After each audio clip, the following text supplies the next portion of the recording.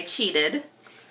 So cheated on keto diet, so ate too many carbs. So now what do I do to get back into ketosis quickly? So my strategy has been, and always probably will be, is number one, go exercise. Find a way to burn glucose, because there is a use for that fuel, right? And if you can get your body to use it, then it won't feel like it has to store it. The second strategy I would use is either an extended intermittent fast or an extended fast. So what's the difference between those two things? I would say a extended fast is anything beyond 24 hours. Okay. An extended intermittent fast is probably anything beyond 21 hours. So like an OMAD. Almost like an OMAD. So Yeah.